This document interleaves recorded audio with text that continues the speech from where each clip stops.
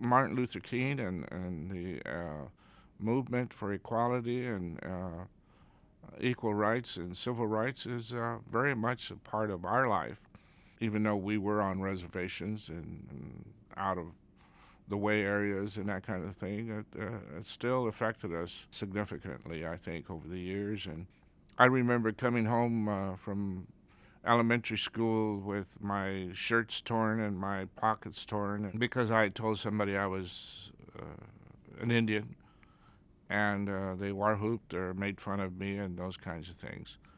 And so we got it on. I've always been very proud of who I am and as a native person. And I went through that the majority of my young life, and I experienced racism from time immemorial. I've not only experienced it, but I've seen it happen to other people and blacks in general. So you acquire a certain amount of empathy, and at the same time, you have no place in your own heart for racism and things like that amongst other people, regardless of the color of their skin. I think the Indian people, quote unquote Indian, for lack of a better representation, but we kind of felt, gee, we're not the only ones. We watched constantly what was going on, and we watched the dogs being put on people and fire hoses and things like that, and the lunch counters and the whites and blacks only type of signage in restaurants and bathrooms. And I'm sure the people that were watching it, my parents and grandparents, said, "Geez, we're not in this by ourselves. It's happening to other people besides us." Many years ago, I was involved in a protest in Los Angeles where we were marching with Jesse Jackson and Rosa Parks and some other individuals. And as we were marching, I was talking to her and asked and telling her how much I admired her tenacity in having done what she did in Montgomery.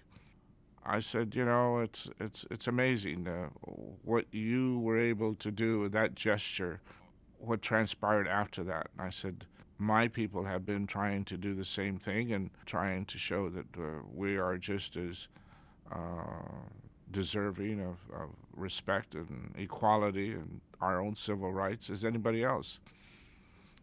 And she said, Sonny, I might have been at the back of the bus. She said, but I came to the front of the bus. But your people should have been the driver and at the front of the bus. She said, you're the first peoples of this hemisphere. And why is it that a few centuries later you're still struggling for recognition and for respect? So again, it's one of those things that I admired about Rosa Parks and I admired about the civil rights movement is that they were giving voice to the voiceless, and deservingly so. I think what's important is that we gain respect for each other as human beings.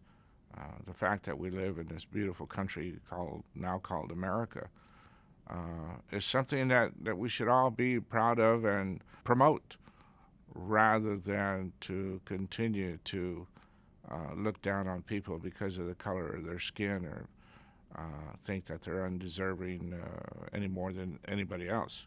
If there is a legacy, I think that we need to continue to respect each other for who we are as a people.